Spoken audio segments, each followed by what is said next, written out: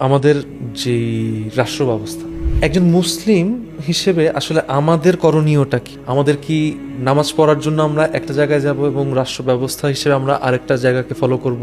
মুসলিম হিসেবে কি আমার ইমানটা ঠিক থাকতেছে কিনা যদি আমি গণতন্ত্র মুখী হয়ে যাই?